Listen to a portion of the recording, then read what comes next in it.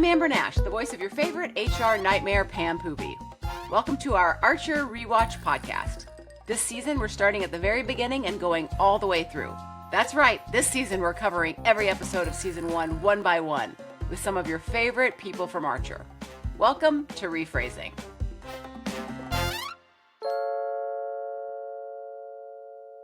Hey guys, welcome to Season 1, Episode 3. I'm your host, Amber Nash, and here with me as always we have... I'm Casey Willis, executive producer on Archer. And... I'm Christian Danley. I was an editor on Archer.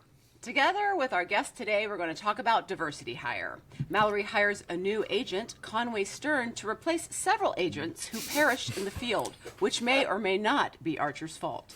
Conway flatters and seduces his way into everyone's good graces, even Archer's, right before he stabs him in the back. Lana has a hand in winning the day, and Conway reveals that may or may not be his real name. Today's guest is best known for his roles as NYPD officer Tyrone Davis Jr. on the NBC drama Third Watch, and professional football player Jason Pitts on the CW BET comedy drama The Game. He's also known for starring as Jesse Porter on the USA original series Burn Notice, Agent Jace Turner on the Fox Marvel series The Gifted, and Captain Larry James on CW's Walker. He's a musician and dad to two sets of twins. What? The voice of Conway Stern, it's Coby Bell! Yay! Yay! Thank you for being here.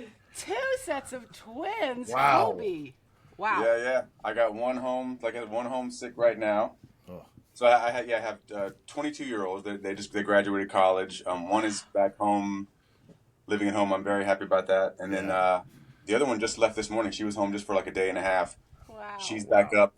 She's coaching the volleyball team she just graduated from. She's coaching beach volleyball in college now. So she's back up there now. Do they both have secret twin That's languages? what I was going to ask. Oh, great! Yeah, A little bit. My older one's a little more. That's two girls, and then the younger one's are boy girl. So they have their own kind of language. Yeah. Right. Yeah. But my older one's 16 and 22. Okay. So yeah, you can be That's like, awesome. Cut the shit. I need you to go to the store. Help us out around the house. Yeah. Although I am the store guy. I'm the Trader Joe's king. Oh, nice. We only have one Trader Joe's. Don't you love Trader Joe's? Who doesn't love Trader Joe's? Oh, it's the best. Yeah. It's big. Atlanta only has one though, and so it's like impossible. It's impossible to get in.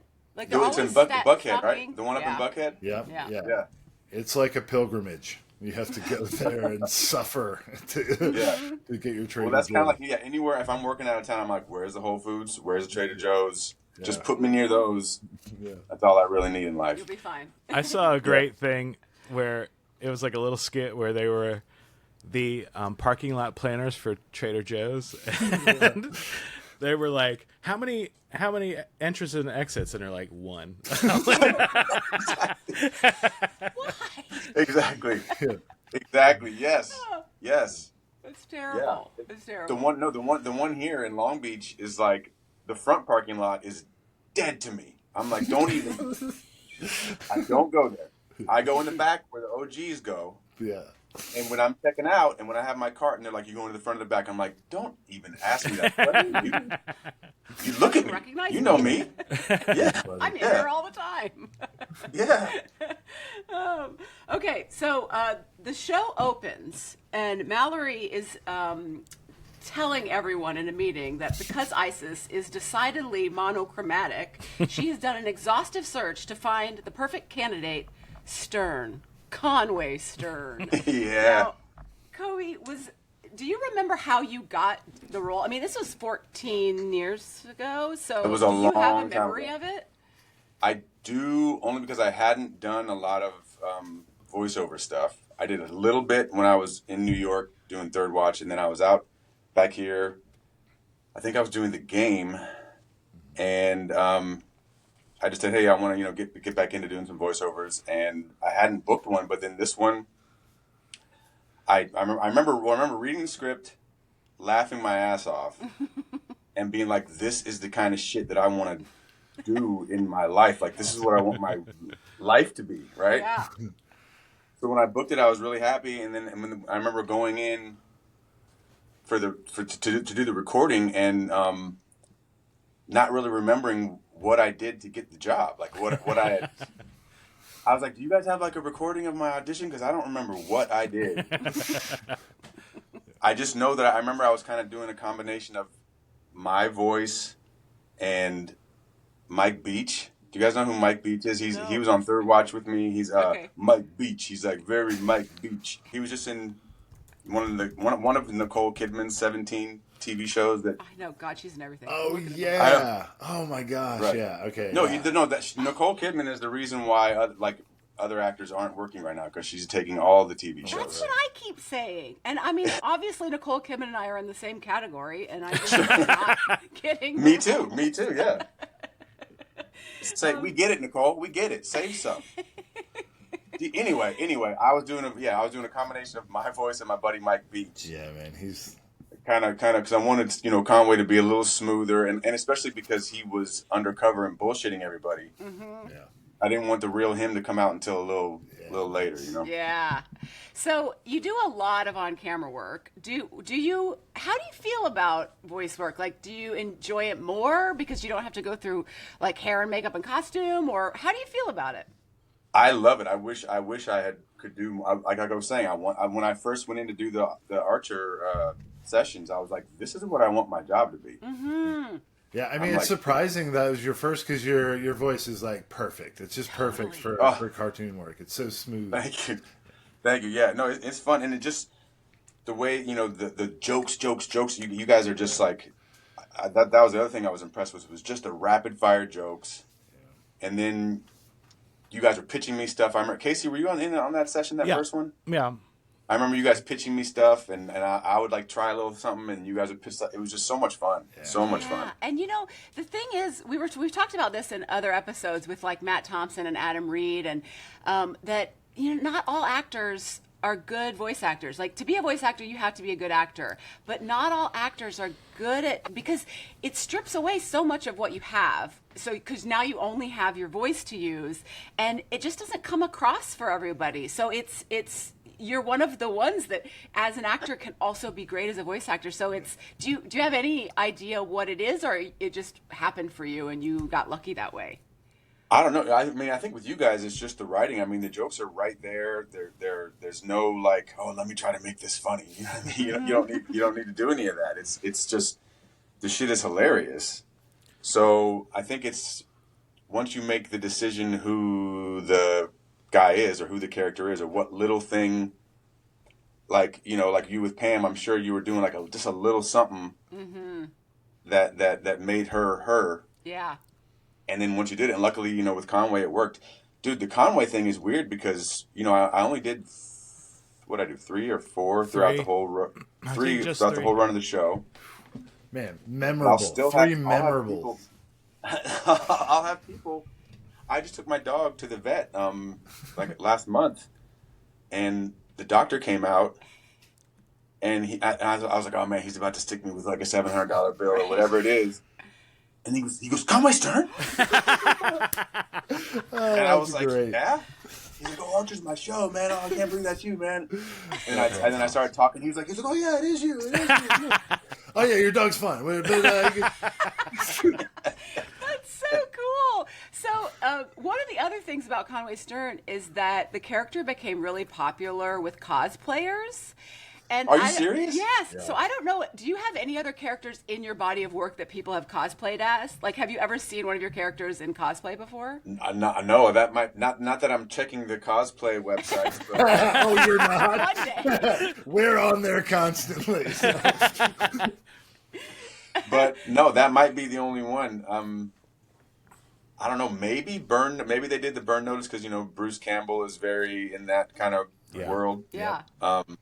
Maybe, but I don't know. That's cool. That's very cool. That's so fun. So we actually have a picture we're going to show you of a cosplayer. Oh, shit. That's also Nice. a friend of ours named John Carr, and he's cosplaying as Conway Stern. And I think one of the reasons why it became so popular is because it's a pretty easy costume you just need a good suit and the necklace. The turtleneck. Yeah. And it's just seeing he's just so funny. You just like that first image of him leaning against the thing. Yeah. Stern, Conway Stern. And it's just fun. It's so funny. Yeah. And also people get to be like, then they get to play this character all day who is like so confident.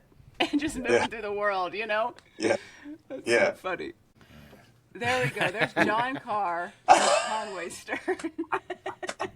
Yeah, he's got the lean and everything. Oh, that makes me so happy. It's so funny because John is a good friend of ours. We all work at an improv theater together, so we've known John for years. And he sent me this picture, and I was like, man, that might be the first time I ever saw John in a nice fitting suit. So I hoped he kept that suit. Yeah. And then we have another one of John with a Pam cosplayer. Nice. Oh, nice. Yeah, and this is a woman that she cosplays professionally. She does all kinds of cosplay, and she made this. You can't see it great here, but this is a the Jägermeister machine. Yeah. And she made her own that actually dispensed it. What was the Jägermeister called on the show? It's called Schützenmeister. Oh, it's why is it gross? So fun. Yeah. So we thought you might like to see that. Yeah, Coby. nice junk. That's Good- hilarious. good That's job. great, man. Seriously, so that's fun. very cool. Very cool. Like I said, the other thing that I remember thinking when I booked this and when I was doing it was like, this is the coolest thing I've ever done. Like this is like like as far as like cool points, as far as like the kind of what I consider to be cool. Yeah. This is the coolest shit I've ever been a part of. Like, you know what I mean? Like, That's quite the Like endorsement. Yeah. no, like seriously, the rapid fire jokes, the cast. You know, I'm like, oh man, I'm doing a scene with Chris Parnell. I'm not really doing a scene with Chris Parnell, I but know. it was just very cool. Yeah. Yeah, so cool. I always say that I was like, I got so lucky because this was my first TV job. I mean, I'd done some stuff with these guys before on a different cartoon, but I was like, to be able to be on a show that I would have watched whether or not I was on it, Right. you know, because it's so Right. cool. I was like, man, I feel the same way because I mean, when I found out that Chris was on the show, I mean, I grew up watching him on SNL, you know what I mean? So I was like, Yeah. oh my God, Yeah. I can't believe I got so lucky to be with this cast. And I didn't meet everybody until, I mean, we'd already made the whole first season before I met any of the cast. So, you know, it was nuts Yeah. to get to work with everybody. Well, you're the first person I've ever met. I Wow, think. really? Well, no. I'm sorry. I've met Aisha a couple times throughout the years. Okay, cool. Different. I think we were different things. But yeah, you just you do it by you do it alone, and you're not interacting like a cast. Yeah. Yeah, and there's been so many great people on the show, like so many guest stars, and people are like, "Oh my God, you got to work with, John Hamm," Right. and I'm like, "I didn't get to work with him, man." Never met the man. Right.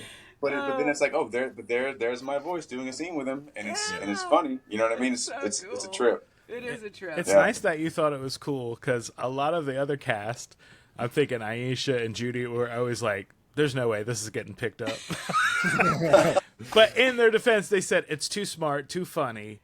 People aren't going to get it. Right. But we, I guess, hit that magical Yeah. time where it took Yeah. off and people loved it. No, so you that's can't. awesome. It's you can't even keep up with all the funny, little, like even the little inner funnies within the jokes. Yeah. It's just boom, boom, boom, boom. You guys are just so quick with it. But I gotta say that when in rewatching it, 2009 compared to 2025, I was like raunchy. Yes. I was, No doubt. I was. Oh, because now You we're clutched so, some pearls. I clutched my pearls. Because now we're so trained to like, no, you can't say that. You can't do that. You can't do that. You can't do Totally. that. And back then, you just could. Yeah. Adam Reed was You know? on, and he was like, "Wow, this show is mean and dirty." Like, Okay, let me ask you this. Because I didn't keep up all the way. Archer. Well, I'll get into that later. But towards the end, did you guys, or not towards the end, but after like let's say Me Too, did you guys have to tone it down, or were you like, we're just gonna keep doing our thing and see what happens? yeah, Casey, what think- happened internally? I think it was just a natural evolution, and like we were all getting older as well, and There you so go. we were kind of toning it down in some areas, but then maybe amping it up in other areas. Like for me, when I watch these early seasons, I'm surprised at how violent it is and how much we're showing. Like people just getting shot and killed, and and hands getting ripped off. Like it's crazy. And I think just naturally we kind of tone that kind of stuff down or let let it kind of happen off screen. But I say that, but then later on, every time Conway Stern is on, he loses something. He loses a limb. Yeah. And my plan was to have him lose every extremity. I think maybe we talked about this. Yeah. There were so many different plans. We kept planning having all the villains form like a league of supervillains.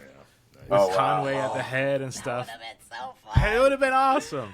Okay, so we get into Act 1. Dude, that's I smell a spinoff is what I smell. Yeah, man. Or That's what I'm saying. you know, we could have Conway lose his last limb on the Christmas special that you guys are doing. It's good.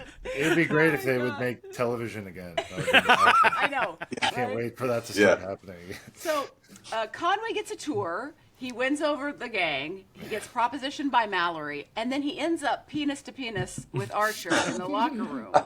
Now, Coby, I haven't been in a lot of men's locker rooms, but do like naked brawls regularly break out in men's locker rooms? Is this a common thing? I've never seen one. I've never seen a naked brawl. You could hear them like one row over, but I've never visually seen one. But I never really understood the dude that just walks around naked in the locker room. Like, it's like, bro, that's not stretching. At least if it's an old guy, you're like, okay, this guy's just gotten to a point where he's like, I don't care. You guys are gonna see this and whatever. But you know, like, if you got the energy, have the discretion. Yeah. It's like, dog, you have the towel over your shoulder, and your junk is out. Just take that towel and yeah. It's got to be a little liberating, though. You know. One time, I guess. Christian and I went to a YMCA here in Atlanta to swim, and afterwards, we're changing, I think, and there was a guy. And it had those metal benches between the lockers. He's straddling the bench and talking to Christian and I.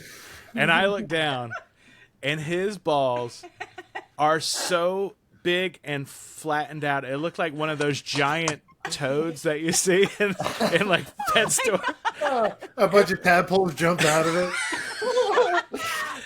And he's just having a conversation with us, and I'm like, yeah, dude. Oh, boy. Wow. I know. Not to mention, bro, your butthole is just on the bench. Right, yeah. So other... Yeah. And the next guy sits his sandwich down there. Man, all the time I'm in the YMCA locker room, like, where am I going to put my sandwich? My raw sandwich with no wrapper on. Raw sandwich. Okay, all right. So back to the episode. So Lana and Archer are both feeling defensive because it feels like, you know, Conway's coming in on their territory, but everybody else in the gang is loving it. Yeah. And the thing that I find interesting is that Lana is worried about her job, but all Archer is concerned about is his mother and the fact that she wants to sleep with Conway Stern the whole time. That's all he cares about. Yeah. Yeah, all the way to the very, very end, and I finally let him off the hook. Yeah. There's that drawing of Malory in the bathroom where she's like hugging the stall, and it's a sensual. With the leg up on the wall. It's a very sensual drawing. Yeah. And that I remember that was one where you guys gave me a bunch of different versions. Okay. Of I can't remember what stayed in the actual show, but when we were talking about no, I didn't have sex with your mom. Something about I just remember the thing that made me laugh, and I think about it to this day. Is one of you guys pitched something about her dig dug. What? Oh. My God. Oh, no. And I mean a dig dug is a canoe, right? It's like it doesn't make sense. I just know the video game from the 80s. The 80s arcade game. But what is it? I'm gonna have to Google that. What is a dig dug? Because what is the? But if you say it in that way, it sounds right. Like a body part. But That's so nasty. I don't know. I feel laughing about it.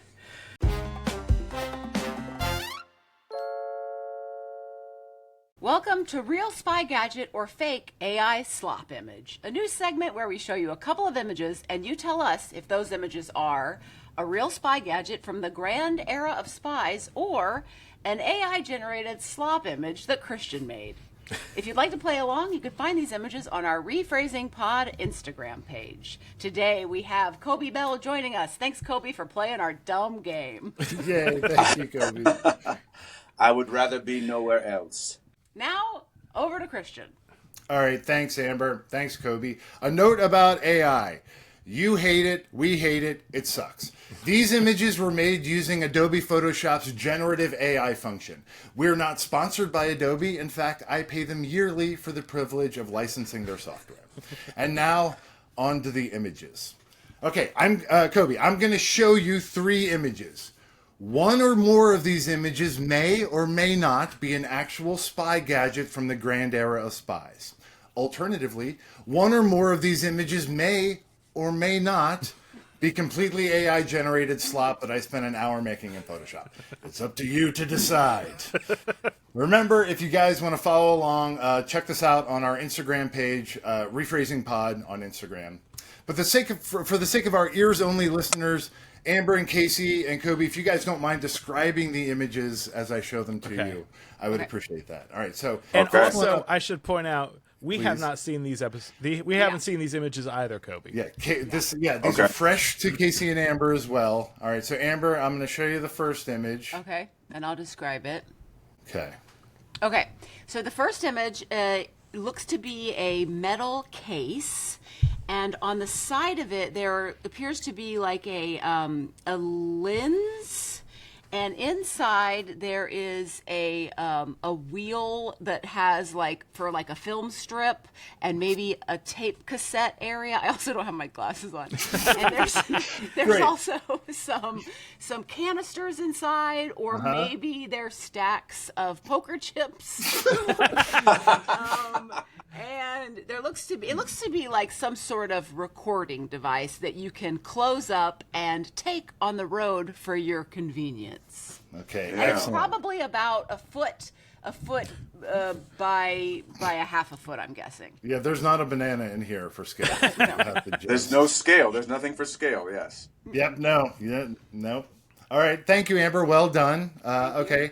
We're gonna keep that. Bank that image in your mind. We're not going to move on to image 2. Casey, if you don't mind describing this image. Okay. This is an image of what looks to be a pigeon or a dove-like bird. What pigeons are of the dove family. They're in they're in similar class. Casey's a birder, so don't get him started. And has tiny leather harness on, and below that harness is what is that? Some kind of enclosed. I think it's a camera because it's got trapezoidal front. Wow, with what you went to seems art school, right? Yeah, I'm having a hard time with this. And I should mention, this pigeon is in mid-flight. Yeah. Yes. There's some shadow play. It's hard. It's difficult to make out exactly, but I think you nailed it, Casey. Some kind of mechanical device. Yeah. Strapped to this pigeon's chest. It looks like a surveillance device. Okay.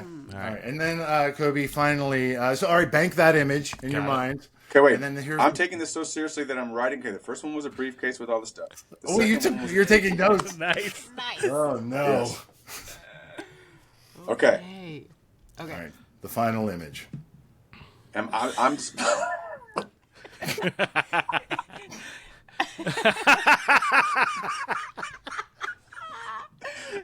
describing this one.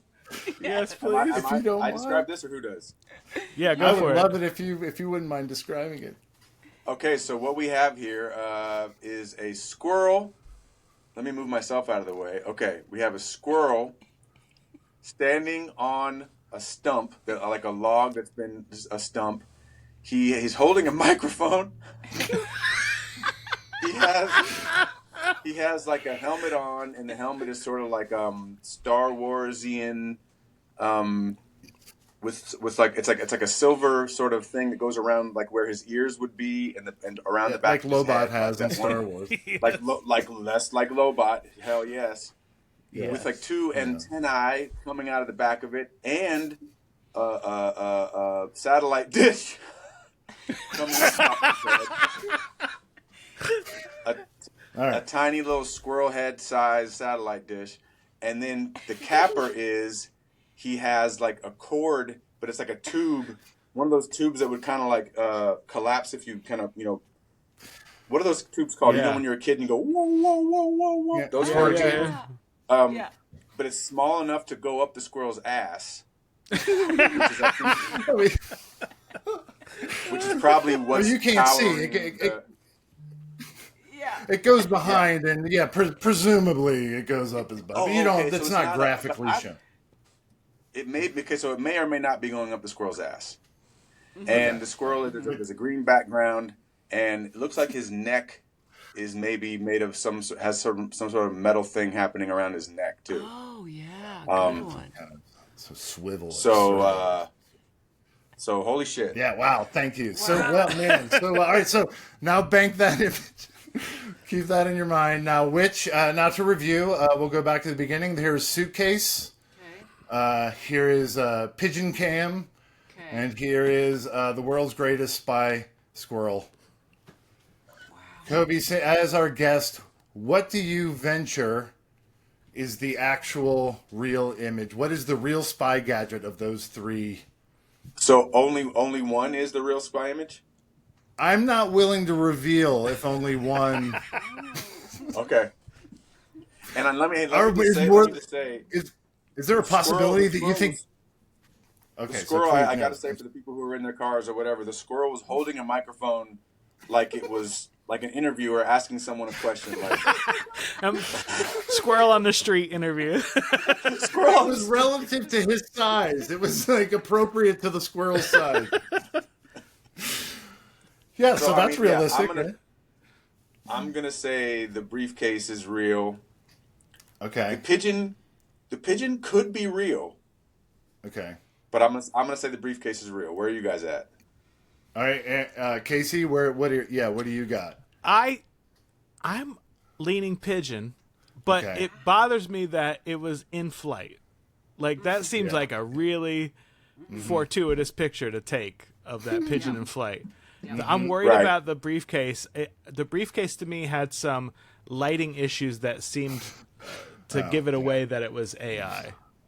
Okay. These ones are Okay. cool. I see. I'm kind of you're pulling me over. You're pulling me over to the pigeon. All right, Yeah. Amber, what Okay. you think? I Yeah. mean, I think the problem I have with the pigeon is that it looked like the weight distribution would be all off. Like, how would he take off with that fucking thing on the Yes. chest? It was big. It was a big device. Yeah, and maybe it slipped around. Maybe it was on his back when he took off. And slipped around. Okay. I think I'm gonna go with the real one being squirrel on the street. Just to be a jerk. All right, thank you guys for playing. There was one real one. It was Pigeon Cam. Pigeon Cam was a real spy device from. It comes from the International Spy Museum. That is the Pigeon camera from Germany, 1917 to 1918. Used during World War I. It would fly over enemy lines and take pictures. Wow. The other two. Wow. You know what? I believe that. That's Thank you. amazing. But you guys were, That's crazy. it's hard to trick you guys. You were on the right track. And so it's stuffed. It's from the Spy Museum. That's why it was caught it's mid-flight. stuff. Okay. Got it. Man, I spent like an hour trying to work on it. There's this scene, sorry, this is unrelated. In the Pink Panther movie with Peter Sellers, he gets a dog that's like a wooden dog that poops. I spent like a half an hour trying to do a taxidermy dog, and it was like I went down this road and I was like, I gotta ditch this. And I was like, wait, a squirrel. Very funny. Squirrel's very funny. Send me a picture of that squirrel. Happily, I'm happy to. Yeah, the world's greatest squirrel need spy. I'm on it.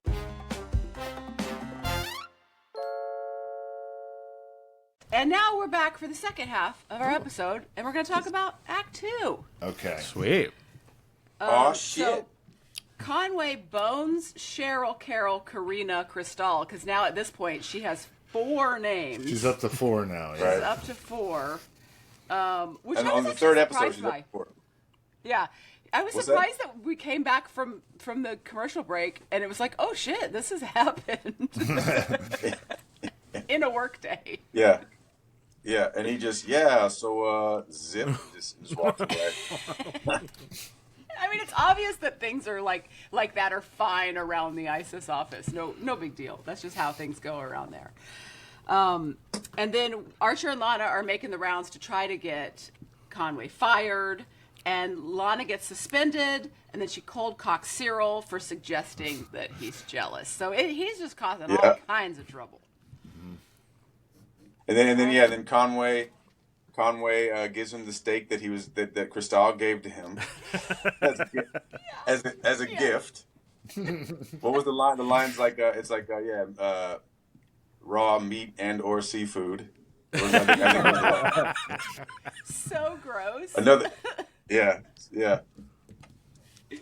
She's just So bringing funny. in raw meat. Dude, I have ants. We have ants. Sorry. Oh no. No, But he's man, they're the it'll worst. speak one here, one here, one over here, Yeah. but just random, and I can't Yeah. completely defeat them. Yeah. Yeah. It's I don't know Man, what's going we're- on, and it's Back when Adam wrote that joke and I was just renting a place, man, I didn't care about ants. But now, like, oh, these ants. oh no, you know what? No.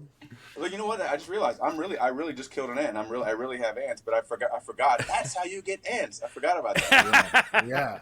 Yeah. Amazing. Do you have that's my bunch life. of donuts on the That's my floor? life right now. Oh, yeah. Pick up the donuts. That's the first thing to do. Now, Coby, let That me is ask my you this, life because in my house. you're on a lot yeah. of TV shows, and are you the kind of actor that, like, will you sit down and watch your shows when they come on the air, or are you like, it's over, it's done, I've done it? How do you deal with that? And is it different per show? No. Like whatever show you're working on? I it's kind of different per show, but generally, yeah, I watch them just to kind of learn, just to keep, even, this far in, just still trying to learn from things that I did that worked, things that I did that I felt didn't work, and then going from there. And I'm just gorgeous, and I like to see my own face. You know what I mean? Yeah. That's always a good feeling. That's great. I love that. Because you hear about actors that are like, they never watch their stuff. And it's like, how common is that? Because I feel like most actors I know, for the same reason, are like, well, you got to see. You can't avoid it. You got to see just for learning purposes. It's like your game tape, right? Yeah. Yeah. And I know a lot of people that don't watch too. I don't understand that, but hey, to each their own, I guess. Yeah, totally. mean- have you done any directing, Coby? No, not yet. That's kind of the direction that I'm heading in, but I haven't yet. And Cool. I've had opportunities to through, I've been lucky to be on shows that have been on for, long runs. Right. But during those runs, it was always, if the show would be shooting out of town and I would be flying back and forth to be with my wife and kids. And I knew if I directed, it would be like 3 weeks of just being gone. And I can't really do that. Right. So now that the kids are older, that actually was my plan with Walker. Walker kind of got canceled way before, we thought we had a few more seasons of that because it was still doing really well, but the CW was just kind of crumbling, I guess. Mm-hmm. So anyway, my plan was to start directing some Walkers and then get into it that way. But yeah, I would love to direct sometime. Yeah, that's great. I feel like too, because Aisha's gotten a lot into directing because she's done so much television, and now she still does a lot of television, but she started to direct more, and it just seems like a natural. I mean, I feel like an actor that gets into directing just kind of knows what's up, at least for the actors. It's just yeah. I think a lot of it would be second nature at this point for me, just because, like I said, I've been on set so much. It's just you've kind of seen every scenario play out, and I think you kind of be able to get in there and put it in the right direction. It does seem like when you talk to Aisha after she's just been directing something, like she's in a different mode, like in a whole different brain space, and then she's got to be like, okay, I just have to worry about Lana right now. I don't have to worry about every other thing that I'm doing. Yeah. That's the thing. Yeah, when you're directing, everyone's coming at you, everyone's asking you. You're the final say on everything. I'm sure it's a lot on the brain. Yeah. Have you guys, Casey? I don't know how it works with directing animation, but have Yeah. you done that? Well, I did most of the directing even after Adam stopped kind of doing the voiceover directing. I took that over with Thompson, and then a lot of it was just me and whoever was my producing partner at the time. And that's probably one of my favorite parts of the job. That, and then working with the editors and putting it all together. You know, when you really see it. I remember a lot of times on Archer, we purposely would bring other people into those editing sessions to show them what producers do, what we were doing. And it was great to hear a lot of the times like art directors or animation directors come in and watch it and go, "Oh, you guys are making the show. You're making decisions that affect the show." Right. And I'm like, "Yeah," because a lot of times we would get a show that's 25, 26 minutes on the first pass. We got to bring that down to 21:30, 21:15. And then you have to really make hard decisions. Start killing those babies. Start slaughtering those. You're like, darlings. I love that joke, but this whole scene has to go. You know, Right, yeah. Especially after And- that process. I mean, how long is the process? Sorry, Amber, I'm so sorry. That's okay. No. How long is the process? How long is the process from when it's written to when it's Okay. like on the air? It's got to take a long time, right? well, back in the kind of the middle section of Archer, when we were really cooking, we could go from script to finished product in 9 weeks. Yeah. Wow. And that. Oh, we'd wow. have- Okay. Yeah, we'd have everything staggered. That's like we're getting the script, recording all the audio, editing, animation, like the whole thing, Yep. the whole 9 yards. From script to delivery, Wow, you could wow, get wow, it done wow. in 9 weeks. Which then I have, if you've ever watched, there's a great documentary called 6 Days to Air. Is that the South Park. the South Park the South documentary? Park. I was just thinking that. Yeah, the South Park. They're way faster than that, right? They're even faster. So that's crazy because then they Yeah. could react and do like topical stuff. But that was Yeah. when we were really cooking. But yeah, and the other thing is like we would rarely do a re-record session or anything like that. So when we're making those decisions, we're thinking, how do we make this without having to go back and re-record things? How can we change these scenes and make them work without Right. Spending incurring money. more expense? Right. You know? Yeah. Yeah. Wow. That's the EP right there. That's the executive producer. Now, was there somebody that was like because you would direct the recording sessions, but was there like each episode was there like this is the director of the whole episode, or is that just kind of what all you guys as producers did? We should have done that, but Right. We started, Matt, Adam, and Christian and I. That just was 7 guys, and so Right. when we were doing C-Lab and Frisky Dingo, everybody had multiple roles, and there was never really a director, and so that kind of carried over to Archer, where there wasn't a director per se. It was really Adam, who was the director.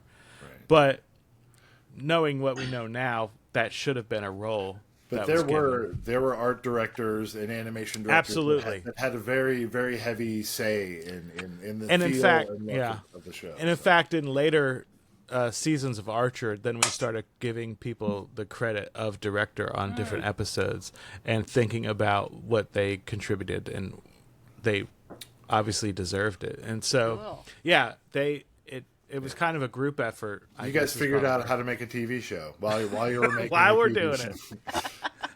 Yeah. That's how we all kind of did it. I was like, I'm learning how to be a voice actor while I'm making this. Oh man, it's like you're building the ship while you're sailing. You're like, oh, I gotta get the.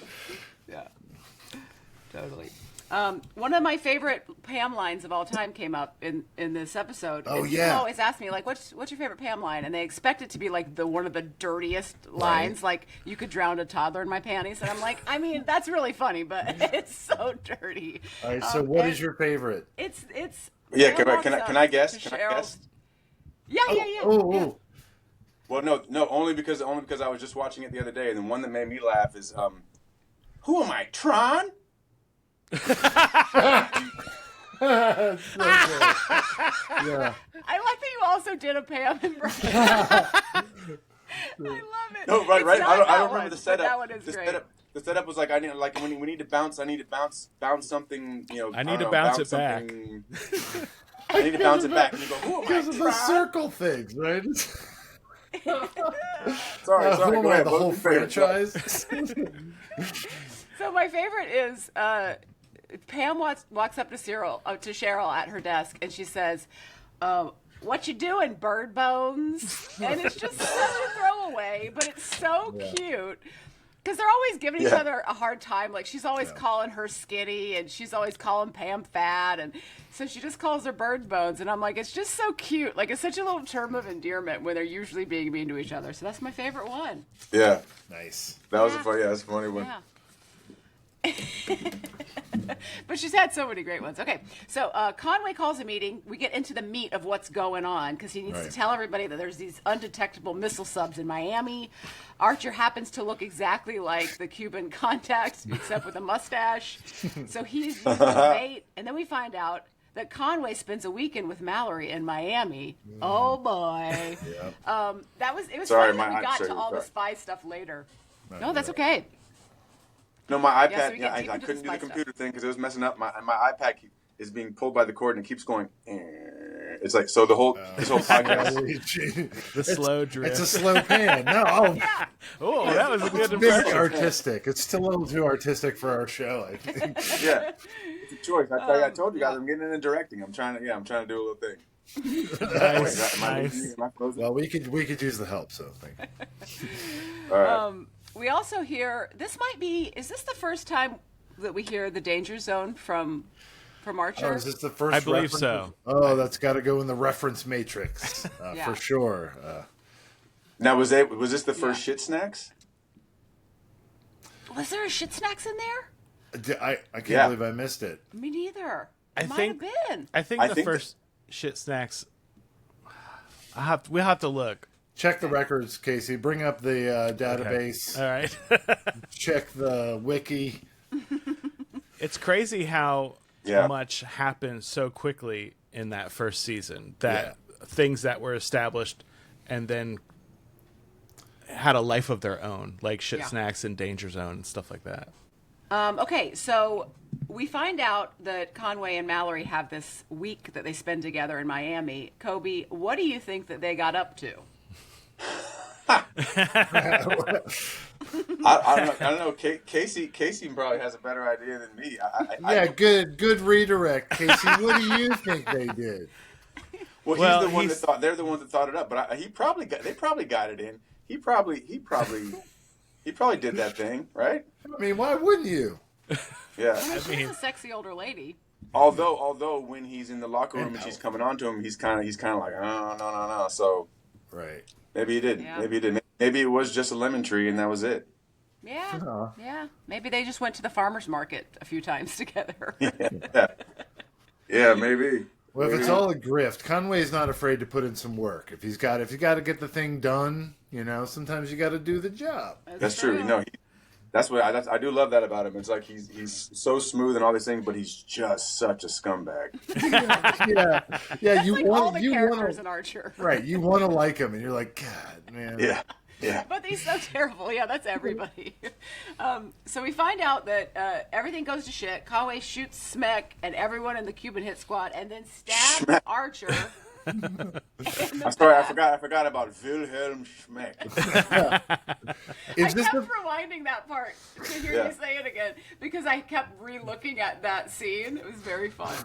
Yeah. I'm sorry to go back, but is this the first time Brett gets shot in Archer? Is this his first? No, he gets shot in the first episode. You hear him when Archer tries to shoot the mainframe door. You hear somebody go, "God damn it, Archer!" Yeah, okay, all right. Oh yeah. This is the first time we see him with the bloody handprint. I don't know, maybe not, but we just want to reference Brett getting shot again. Right. And we find out that it's all a setup because Conway is going to sell the plans to the Chinese. God. Yeah. That's always what happens. Yeah. Yeah. Tiny little Chinese boots on your white ass necks. Oh, great. God. Oh, Archer. And then I had completely forgotten about Conway's hand getting ripped off. I was so surprised by it. I was just like, holy shit. And so I forgot. I didn't realize, you guys mentioned earlier, that he That's so loses funny. other limbs. Yeah. Wow. What a weird choice. Was that in the original script? Oh yeah. Yeah, I remember I got to edit one of the later hand rippings off, and it was, it was a serious affair. It was, like a lot of thought went into the timing of that. And that was a fun thing to do in the booth too, because it's like you have to go from having like a normal conversation, transition in one line to like, hey man, I don't know. Oh, that's great. Yeah. That's so fun. Those are always the fun things to record. Coby and I had talked because when you're making TV, like, time is different. It's really weird. And you were on the first season, and then you weren't on again until the 6th season, I believe. I think and so. so that was like 5 years later. And then you weren't on again until like the 12th or 13th season, which was another 5 years. Yeah. And after we recorded that, I remember saying to you, all right, see you in another 5 years, just joking. Yeah. Then the show ends, but then we start doing this, and it has been 5 years since we Wow, talked there you before. go. You're a wizard, Casey. You're like Nostradamus. But definitely the plan was, because in Conway's last appearance, it was this Kumite episode where they were having this big martial arts tournament. Wait, what was it? What's that one called? It's a funny name. Oh, I'll have to look it up. Blood. Oh, Blood Sploosh. Is that what it's called? Blood. Yes, because it's. That's right. Yes, Blood sploosh. Oh, redundant. because yes, it was supposed to be just like Bloodsport. So funny. And Oh. in that one, you lose your foot at the ankle by some falling glass. So the plan was for every one of Conway's extremities to be replaced by cybernetics. Yeah, and then have him be, man. Because I remember the second time it happened. I mean, we can talk about that in 5 years later in this podcast. But the line that got me on that one was when he gets his, or maybe it was the third, but I think it was the second. The hand gets chopped off again. Yeah. And he goes, "Are you kidding me?" Yeah. My favorite line from that delivery. episode, which we could talk about when we do it again, but it's base jumping. Yep. Because we asked you, we were like, hey, Coby, I don't know if you know Public Enemy, and you're like, I got it. And went right into it and delivered it perfectly first time. I forgot about that one. Yeah, that was one. And that was one I think I was doing some sort of like when I was typing the code, I was like, beep, bop, beep, boop, boop, boop. Yes. And then he's like, how do you think you're going to get off the building? I go, base jumping. Yeah. Okay, I do have to say that at the very end of this episode, Malory talks about how you have to what you have to do to keep guacamole from going brown. And I swear to God, it has changed the way that I make guacamole. It was my guacamole was before this episode and after this episode, and I literally learned from this episode that you have to smush the Saran wrap down onto the guacamole to keep the air out. Because I used to Really? just drape it over the top, Yeah. and then it would go brown. Okay. Yeah. You just changed my life. Yeah, it's how you do it. And she's like, you squirt some lemon on it, and then you smush it all the way down, and it gives it a lot. It'll still go brown eventually, but you get a lot more time out of it. Nice. And so that must have been Adam Reed's contribution. 100%. Yeah. So funny. He's totally that guy. Dude, another, I was one of the when I was just watching it, one of the lines that cracked me up was and I can't remember if it's the part that we're talking about right now, but it was I said, yeah, something, we're gonna have a problem. And she goes, and then Crystal goes, a problem or a blessing? and then Conway waits a couple beats and goes, a problem. So good. yeah. It's so good. Oh my God, there's so many fun things in this. It was such a fun episode to rewatch. I was like, wow, that's a great episode.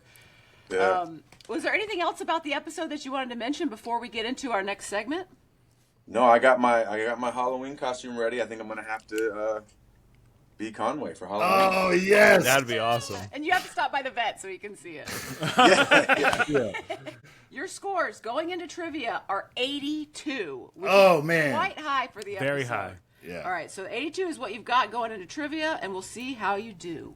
All right. Wait, how do I Alright. have 82? Yeah, where did Nobody those come knows, from? Coby. Nobody Yeah. knows. Yeah, we've been trying to pin. I can't explain it. We've been trying to pin Amber down on this scoring chart for episodes. Nobody knows. Okay. All right. Okay. Mallory says to Conway, "You know how to whistle, don't you?" And then Conway blows her off with, lips together blow. That line is from a movie, a 1944 movie. It's called To Have and Have Not. Who were the stars of that movie? That's hard. That might be Casey's most difficult first question. I knew it was from an old movie. I just knew it was from an old movie, but all right, I'm going to give you one of the people. Is it Lauren Bacall Bogart? says it to Humphrey Bogart. Yeah, very good. Nice. Yeah, Lauren Bacall says that to Humphrey Bogart. Nice. Excellent work. Let's go. That was a deep. By the Now, way, now, so now 84, 85. What we'll do I get a got? recap at the end. In the Give you, progress reports. Find out at the end. in that movie, Humphrey Bogart's name was Harry Steve Morgan. Okay. And Lauren Bacall was Marie Slim Browning. All right. Yep. Okay. Easier to Okay. name characters back then. Cyril calls Lana's fists big and Flintstony. What year did the Flintstones debut on ABC? Wow. Okay. I'm gonna say. Okay, so there were Beatles episodes. There were the episodes where those guys were like, yeah, yeah, yeah. So it would have been before 1964. I'm gonna say 1961. 1960. Oh, But I mean, that's got to count. So That's got to close. count. Yeah, come on. Especially working it out culturally. Very like, good. Cultural I references. almost said 1960. I was so close to saying 1960. Yeah, Damn it. that counts. 1960, and it went for 6 seasons and Only? 166 episodes. So they were cranking them Wow. out back Oh, then. right, yeah. Back when you made a TV show. All right. And yeah, it's Hanna-Barbera, baby. Yeah. At first primetime animated show was. If it wasn't for Hanna-Barbera, Casey and I would not be making cartoons. Right, Reed because- Drew's P-Lab was aping Hanna-Barbera, so thank you, Hanna-Barbera.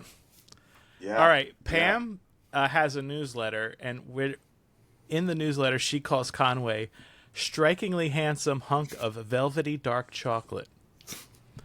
What cocoa percentage is needed to qualify chocolate as dark chocolate? Ooh, wow.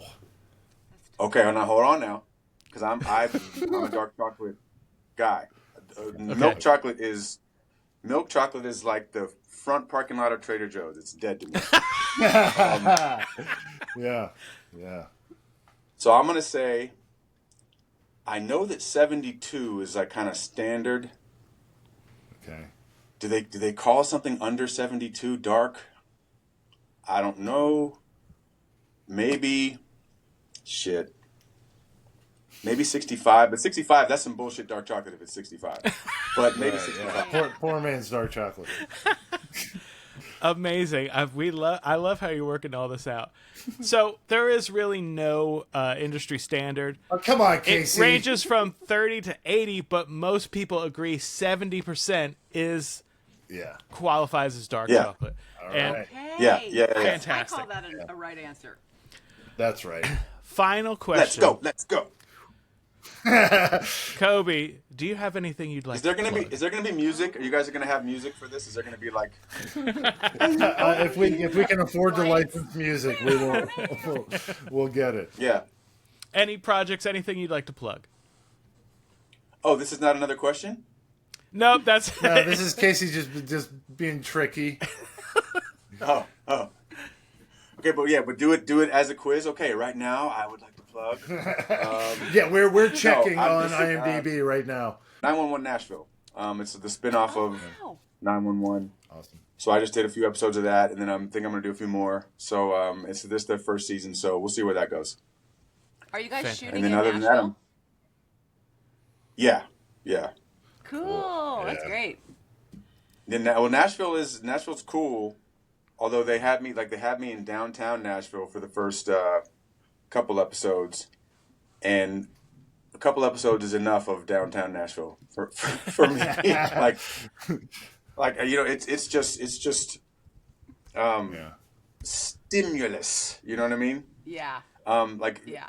After there's only so much. Bridal. What's it called? Bachelorette parties. Right. And pink cowboy hats. And it's like, okay, I get it. Let me go. Yeah. Let me go out in the suburbs. But you can get 5 pairs of boots for $60. Yeah, I mean, where else can you do that? Yeah. And No, generally, Nashville's those amazing. bridal parties, they're not entitled or anything. They're pretty easygoing as far as people are. Yeah, I didn't know Okay. anything about. I knew Nashville was like Music City, but I didn't really know much about it. And so I like I said, I walked to Whole Foods, and I was walking back, and I took a different way back from my hotel. Came around the corner, and it was just like Disneyland, just thousands of people, and I'm like, what is? I thought it was some sort of street fair happening, or something was going on. Some guy's walking by me. I said, "What's going on there?" He's like, "That's just Nashville, man." And he just keeps on walking. Yeah. It's crazy. Is it And then what's you the walk name of by that street? Is it Broadway? Yeah, Broadway, Honky Tonk Highway, Yeah. and it's like every bar is just live music. Right. Yeah, man, Yeah. crazy. Just looking to get discovered. Okay, Coby, I have to tell you your scores after Okay. trivia. And I have to say, I mean, I can't confirm this, but I think that you have done the best round of trivia of any guests on any of our episodes. I would agree. It's one of the best showings we've had. I agree. It's because you worked it out. You showed your math. It was very good work. So go ahead. Show your at work. 82 Show your work. points. Yep. After the 3 questions, you have 113 total points Wow. for this episode. Wow. Yeah. Amazing. If we ever figure out what the scores mean, I'm sure that'll be one of the highest ones we have. Oh my gosh. Coby, it was so much fun talking to you. I hope you had a good time. I did. And you know what? I wanted to thank you guys. On one of the episodes I did, you guys sent me a picture of my character with all the other characters, and I still have it. I have it up. Thank you guys so much. The whole experience was great. Yeah. We'll talk. Send me that squirrel with the thing up its ass.